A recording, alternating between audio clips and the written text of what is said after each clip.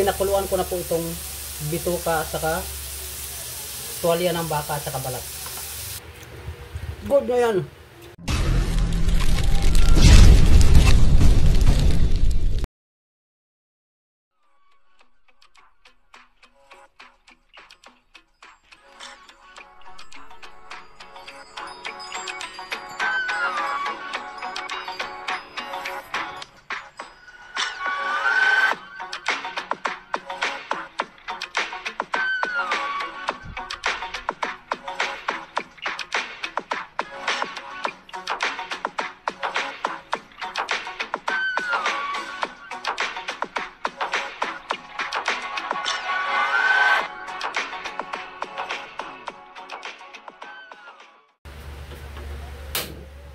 Mag-umpisa na po ako magluto.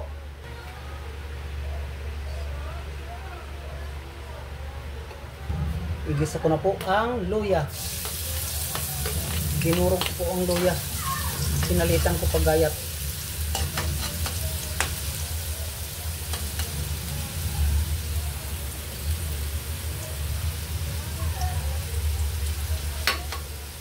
At sunod na po ang sibuyas. Ganun din yung sibuyas. Pinalitan ko paggayat.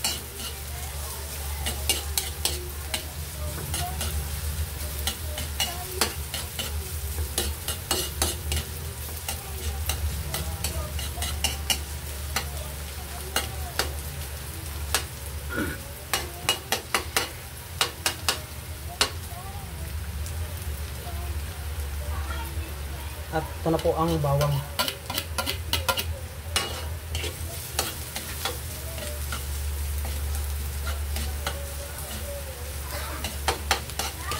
Ito ang bago kong recipe. Ang paraan ko po sa pagluto ng papaitang baka.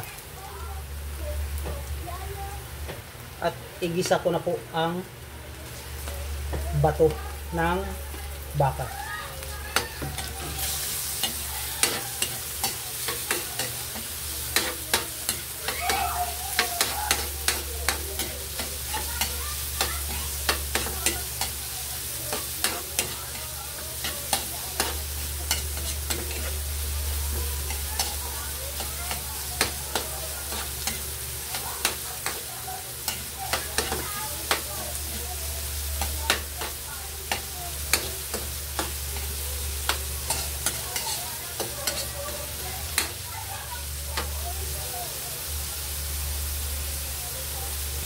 Takpan ko muna ng sandali.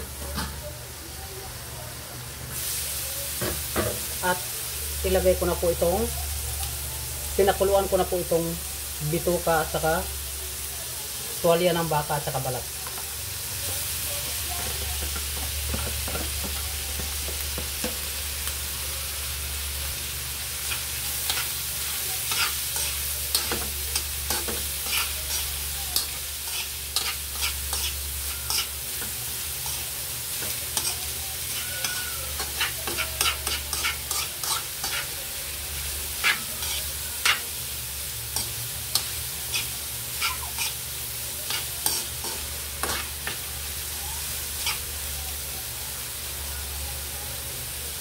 At ilagay ko na po ang pinakuluan.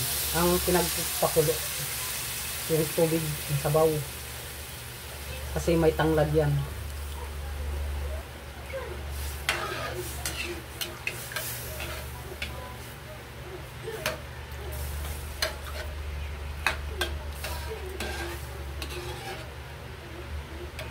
Papalambutin natin ng maigi yan.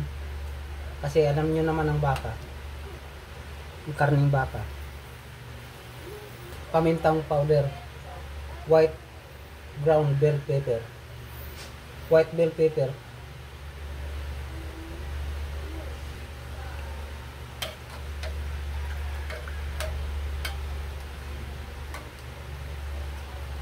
Kahit pa paano, lagyan ko pa rin siya ng pampalasa.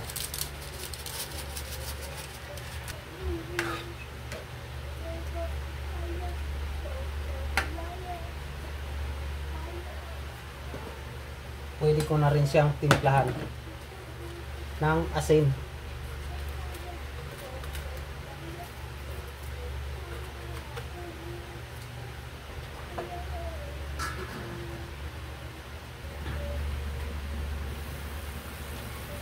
mga kapatid, tikman ko na po.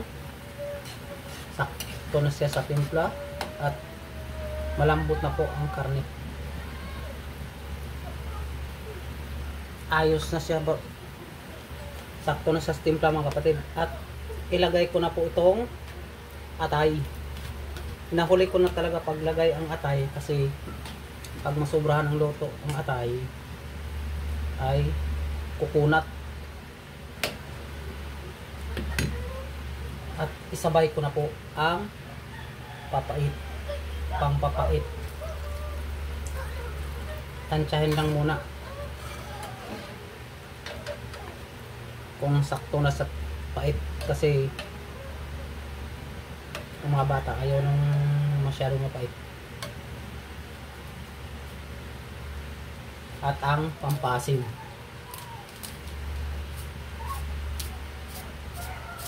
pangsigang ang nilagay ko, pampasim. Maganda rin sana dito kalamansi, pero ito na lang mas mabilis.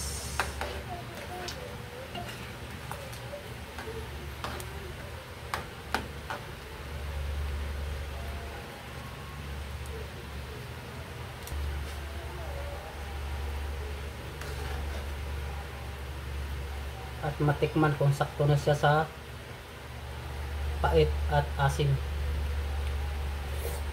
Yun oh.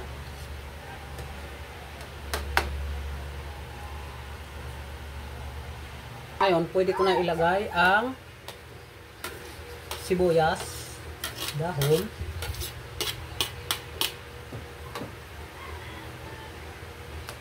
at ang sili pangsigang. Hindi lang gaanong maanghang kasi may maliit akong baka maanghangan.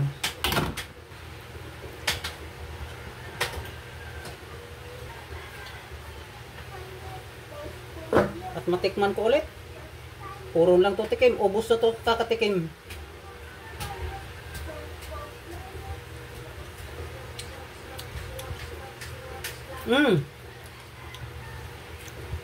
Good na yan.